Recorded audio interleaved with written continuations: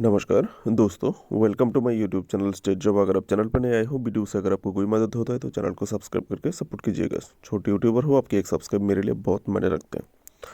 दोस्तों, Andhra Pradesh high court पर junior division civil जज का रिक्रूटमेंट होने वाला है। आइए देखते हैं ऑफिशियल नोटिफिकेशन। ये आपका official notification advertisement number 05/2025 RC 14 फरवरी 2025 को नोटिफिकेशन निकला है। 50 पोस्ट है टोटल यहाँ पर, जिसमें से 40 पोस्ट डायरेक्ट रिक्रूटमेंट है और 10 post under recruitment by transfer. ठीक है। पे स्केल आप लोगों को मिलेगा 77,840 से लेकर 13,600 सॉरी फ्रेंड्स 1,36,520 रुपये का पे स्केल आप लोगों को मिलेगा।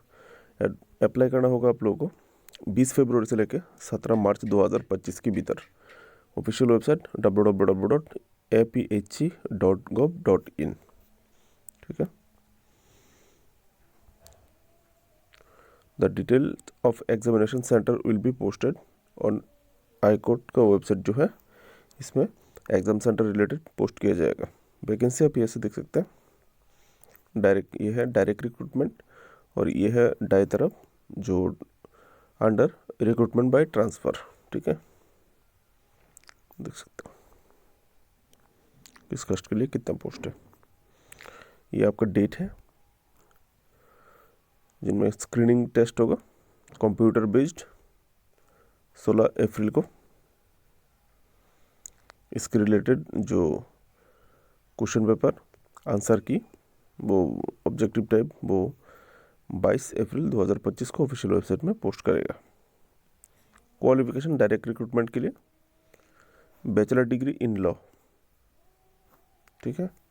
और बाय ट्रांसफ़र के लिए bachelor degree in law plus must be a confirm member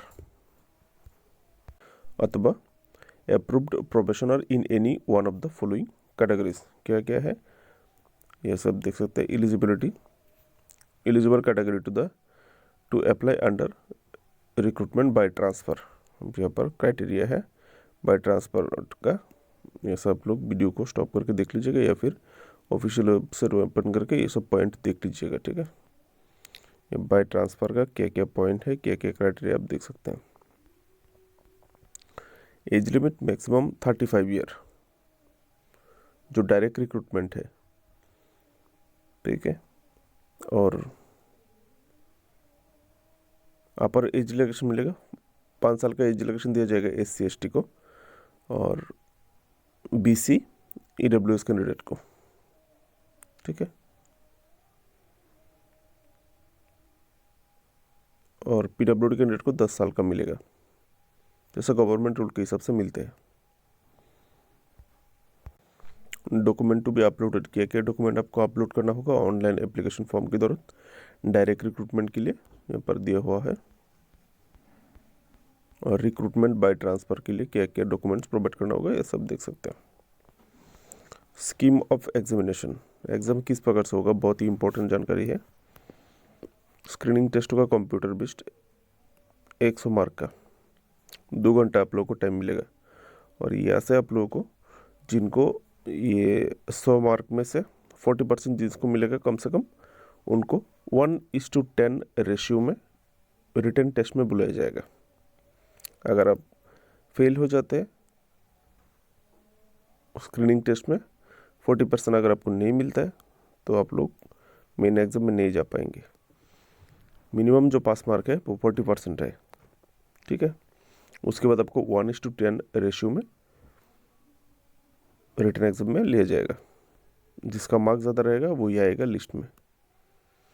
यह सब देख सकते हैं। रिटन एग्जाम किस प्रकार से होगा, 3 पेपर होगा, मेंशन 3 पेपर ईच और 100 मार्क करके तीनों पेपर 3 घंटा करके मिलेगा समय। और question paper only English, question paper जो होगा इंग्लिश में होगा। Paper 1 civil law 100 mark, paper 2 criminal law 100 mark and paper 3 English translation test for 20 mark and essay writing paragraph writing 75 mark का ऑन लीगल सब्जेक्ट। ठीक है। को जो legal subject है कानूनी, उस पर ये सब देख सकते हैं। Translation test is from English to Telugu and Telugu to English, 25 mark. आप अगर अदर स्टेट से है तो थोड़ा तेलुगु जान लीजिए। यहाँ पर देखिए क्या बोला गया है, जो सबसे ज़रूरी है जानना आप लोगों के लिए। यहाँ पर देखिए, the candidate securing 40% of mark in the paper 3 English. जो ट्रांसलेशन ऐसे राइटिंग, जो ट्रांसलेशन और ऐसे राइटिंग का जो पार्ट है, जो पेपर 3 है, उसमें आपको मिनिमम 40% पाना होगा। अगर आप मिनिमम आपको 40% मिलता है तभी आप लोग वाइवा टेस्ट में जा पाएंगे। अगर पेपर 3 में आपको 40% ना मिला तो आप नहीं जा पाएंगे। लेकिन ये एक क्राइटेरिया है, अगर आप मेरिट लिस्ट तैयार के मामले में ये पेपर 3 का मार्क्स ऐड नहीं होगा। मेरिट लिस्ट का मामले में पेपर 1 एंड पेपर 2 का मार्क्स एंड वाइवा बॉयज़ का मार्क्स ऐड होगा।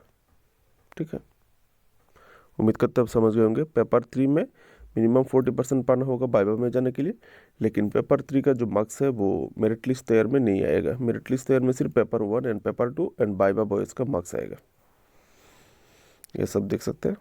डायरेक्ट रिक्रूटमेंट में अगर वाइवा बॉयज़ में जाना है तो आपको कितना पाना होगा, paper 1 and paper 2 her paper में। अगर डायरेक्ट रिक्रूटमेंट है, ठीक है, तो ये जो मेन एग्ज़ाम होगा, रिटन एग्ज़ाम, आप लोगों को पेपर 1 और पेपर 2 में हर पेपर में 50% पाना होगा, लेकिन दोनों को मिला के 60% पाना होगा। सोचो एक पेपर में 55% मिला तो दूसरी पेपर में आपको 65% पाना होगा, तो एवरेज दोनों को मिला के 60% होगा। मिनिमम 55% और दोनों को मिला के 60% होना चाहिए। समझ गए होंगे, ठीक है। और यहाँ पर ये जो लोग इकोनॉमिकली वीकर सेक्शन है, ईडब्ल्यूएस कैंडिडेट के लिए ऊपर वाला जो पार्ट था, ओपन कैटेगरी, ओपन कंपटीशन, मतलब यू आर अनरिजर्व और इकोनॉमिकली वीकर सेक्शन जो लोग थे उनके लिए। उसके बाद है बैकवर्ड क्लासेस, वो हर पेपर में 50%, एवरेज 55%। SC ST को हर पेपर में 45%, एवरेज दोनों को 55%। 50% होने से आप लोग वाइवा बॉयज़ में जा सकते हैं। और बाय ट्रांसफ़र जो लोग हैं, आप लोगों के लिए भी यहाँ पर ओपन और बैकवर्ड क्लासेस को 55%, एवरेज 60%, और SC ST कैटेगरी को 45% एंड 50%। तो आप लोग वाइवा में जाएंगे। वाइवा बॉयज़ 50 मार्क का, यहाँ पर आप देख सकते हैं। फाइनल जो मेरिट लिस्ट कैसे होगा, on announce result examination candidate 1:3 ratio में आप लोगों को वाइवा बॉयज़ में बुलाया जाएगा। आपका जो मेन एग्ज़ाम होगा, मेन एग्ज़ाम का जो रिजल्ट आएगा, उस रिजल्ट से 1:3 रेशियो में आप लोगों को वाइवा में लिया जाएगा। ठीक है, अभी फाइनल मेरिट लिस्ट जो होगा, सिलेक्शन, ऊपर का जो था वो मार्क्स जो परसेंटेज था वो आपको वाइवा में जाने के लिए वो परसेंटेज था। अभी है सिलेक्शन का परसेंटेज। OC EWS कैटेगरी को 60% आप लोगों को पाना होगा एवरेज। ठीक है, रिटन एग्जाम में BC कैंडिडेट को 55%, ये सब देख सकते हैं। BC कैटेगरी को 55% और SC ST जो कैटेगरी है आप लोगों को 50% पाना होगा। ठीक है, aggregate written exam and viva boys, viva में भी आपको ये परसेंटेज पाना होगा। तो आप लोगों का उसी हिसाब से आपका मेरिट लिस्ट तैयार किया जाएगा। ये आपका सिलेबस आपको देखिए, मेन एग्ज़ाम और स्क्रीनिंग टेस्ट जो होगा दोनों का सिलेबस एक ही है। ये आपका सिलेबस, ये एक्ट आप लोगों को पढ़ना है। ये आपका एप्लीकेशन सिलेबस ख़त्म होता है। ठीक है, एप्लीकेशन एंड एग्ज़ाम फ़ी देखिए यहाँ पर।